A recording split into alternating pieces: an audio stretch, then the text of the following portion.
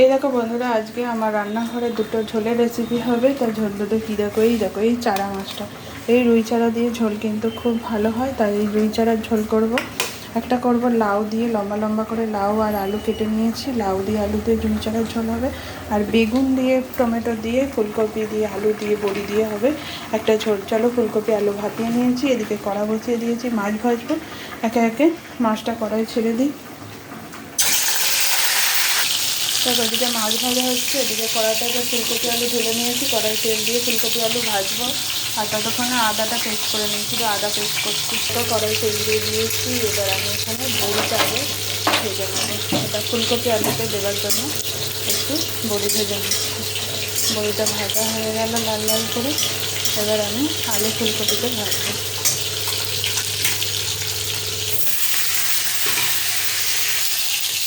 এবার আলু ফুলকপি ভাজা হয়ে গেছে, এবার ওটা আমি তুলে নেব। আর এদিকে মাছটা ভাজা হচ্ছে। আলু ফুলকপিটাকে তুলে নিই। তারপরে এবার কড়া থেকে আলু ফুলকপি ভাজাটা তুলে নিয়েছি। এবার কড়ার মধ্যে একটু তেল দিয়ে দিয়েছি, বেগুনটা দিয়ে দিলাম। বেগুনটাকে একটু ভেজে নেব।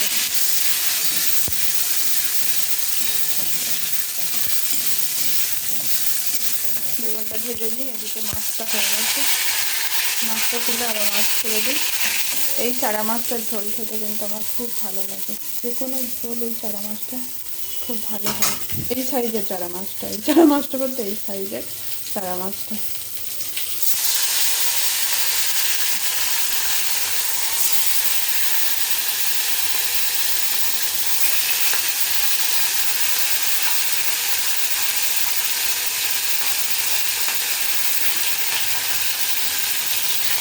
দিয়ে দিলাম সবকটা মাছ একদম হয়ে যাক। ওদিকে বেগুনটা একটু মেরে দিই।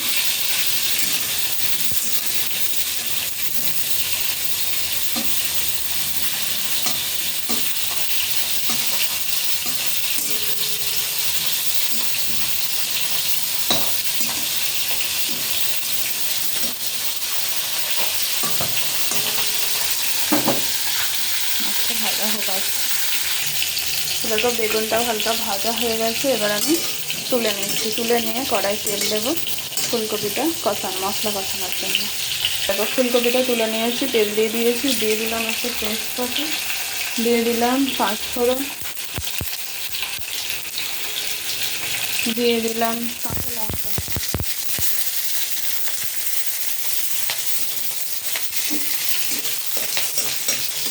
এদিকে মাছগুলো ভাজা হচ্ছে, উল্টে দিয়েছি।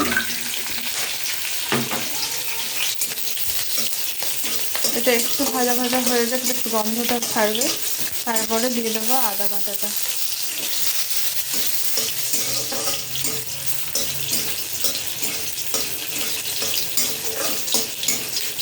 ব্যাস, মশলাটা একটু গন্ধ ছেড়ে দিয়েছি। এর মধ্যে দিয়ে দেবো আমি আদা বাটা।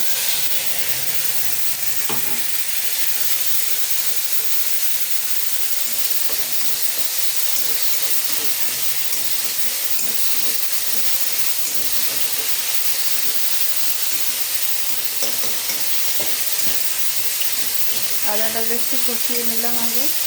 এবার এর মধ্যে আমি টমেটোটা দেবো।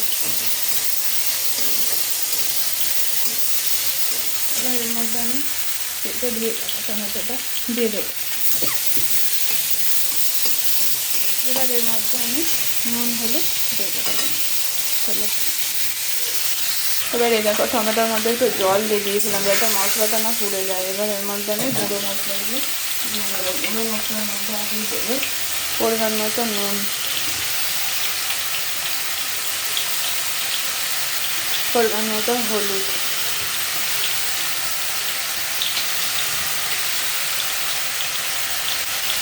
দিয়ে দিলাম জিরে গুঁড়ো, দিয়ে দিচ্ছি ধনে গুঁড়ো পরিমাণ মতো। দিয়ে এবার মশলাটা ভালো করে কষিয়ে নিই। টমেটো অলরেডি নরম হয়েই গেছে, আগে কষিয়ে নিই তারপরে আসি। এদিকে মাছ ভাজাটা এখনো চলছে। সেরকম মশলাটা কষানো হয়ে গেছে, ঠিক এইরকম একটু থাকবে।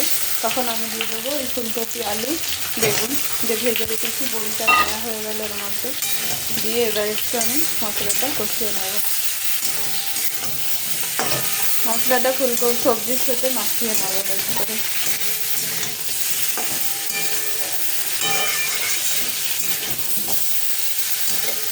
এবার তোমরা যদি কেউ মনে করো এটা প্রেসারে সিটি দিতে প্রেসারে সিটি দেবে, আর নয়তো কড়াতেও সেদ্ধ করতে পারে। এটা আমার কড়াতেই সেদ্ধ হোক এটা। এবার এর মধ্যে আমি জল দিয়ে দেবো।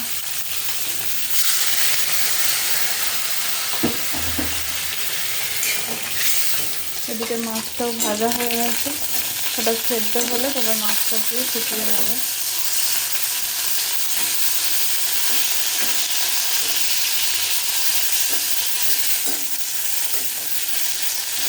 আর একটু জল দেবো।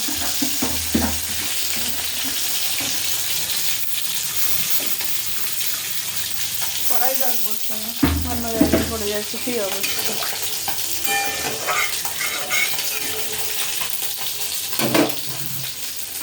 এটা সেদ্ধ হোক, চাপা দিয়ে দিই। এদিকে পেঁচে নামিয়ে দিলাম। এখানে মাছ ভাজা কড়াটাই বসিয়ে দিলাম, মাছ ভাজার তেলটা আছে। আর এদিকে কপি আলুটা যে মশলা ভেজে চাপা দিয়ে দিয়েছিলাম, তা এটা হয়ে গেছে। কপিটা সেদ্ধ হয়ে গেছে, কপি সেদ্ধ হয়ে গেছে মানে আলুও সেদ্ধ হয়ে গেছে। আর এর মধ্যে এবার মাছ দিয়ে দিলাম লেচা আর দুটোটা।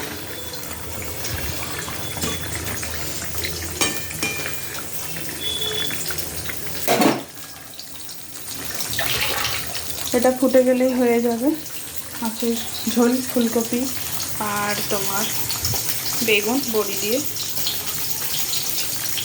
আর এখানে কড়া চাপিয়ে দিয়েছি, কড়ার মধ্যে মাছ ভাজার তেলটা আছে। এবার আমি এর মধ্যে দিয়ে দেবো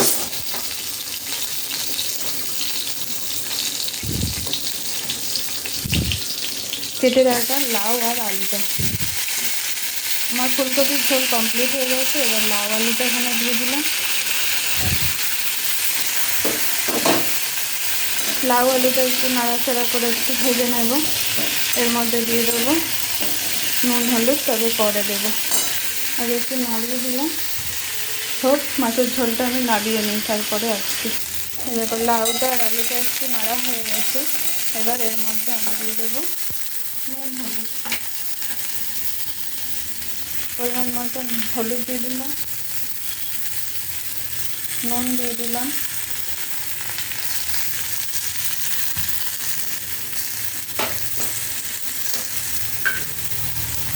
আদা বাটা দিয়ে দিলাম, মিষ্টি বাটি দিয়ে জল দিয়ে দিলাম, একদম আদা বাটা দিয়ে এবার একটু কষিয়ে নেব। দিয়ে দিলাম টমেটো, সব দিয়ে এবার এটাকে আমি কষিয়ে নেব। তারা আছে, আর দেরি করা যাবে না, এটাকে কষিয়ে নিয়ে প্রেসারে দিয়ে দেবো। এরকম এদিকে এটা আমি কষাচ্ছি, আর এদিকে প্রেসারে গরম জল বসিয়ে দিয়েছি। এটা কষানো হয়ে গেলেই গরম জলটা দিয়ে প্রেসারে ছিটিয়ে দিয়ে দেবো।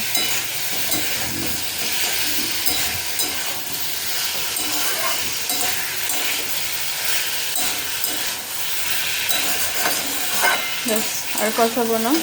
এবার আমি প্রেসারের মধ্যে ঢেলে দিয়ে যাবে, তারপরে আসছি। প্রেসারের জলটাও ভালো গরম হয়ে গেছে। দেখো প্রেসারের মধ্যে দিয়ে দিয়েছি, কড়া ধুয়ে সব। এবার ঢেলে প্রেসারটা ছিটি দিয়ে নেবো 4টে। সেই দেখো আমার প্রেসারে সিটি পড়ে গেছে, প্রেসার ঠান্ডা হয়ে গেছে, খুলে নিয়েছি, সেদ্ধ হয়ে গেছে। এখানে কড়াই তেল দিয়ে দিয়েছি, দিয়ে দিলাম কাঁচা লঙ্কা, দিয়ে দিলাম 5 ফোড়ন আর তেজপাতা। এটা ভালো করে একটু ঝাঁঝ হয়ে যায়, ভাজা ভাজা হয়ে যায়।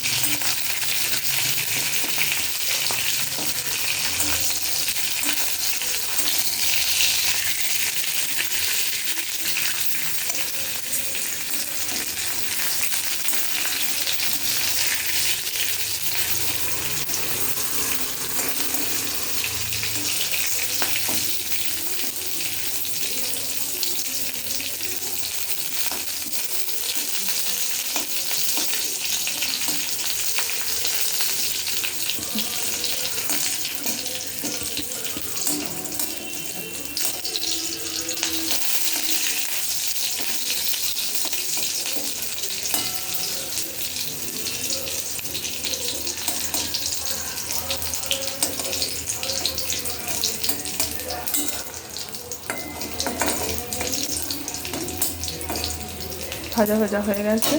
এবার এর মধ্যে আমি দিয়ে দেবো মাছ দুটো। এই যে 2 পিস মাছও আমি দিয়ে দিলাম এর মধ্যে। দুজনে খাবো তো 2 পিস মাছ দিয়েছি। ঠিক আছে, তো আমাদের পরিমাণ মতো মাছ দিয়ে নেবে। তাই মাছটাও দিয়ে দিয়েছি, ভাজাটা হয়ে গেছে। এবার আমি প্রেসারটা ধরে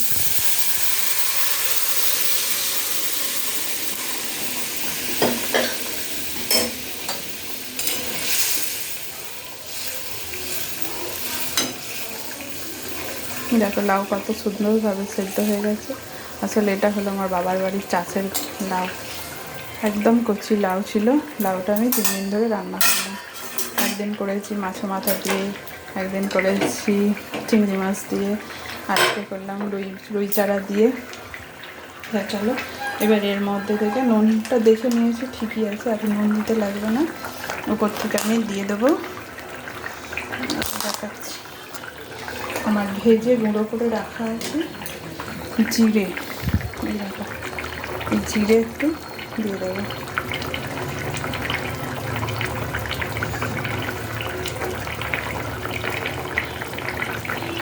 এই হলো আমার লাউ দিয়ে মাছের ঝোল।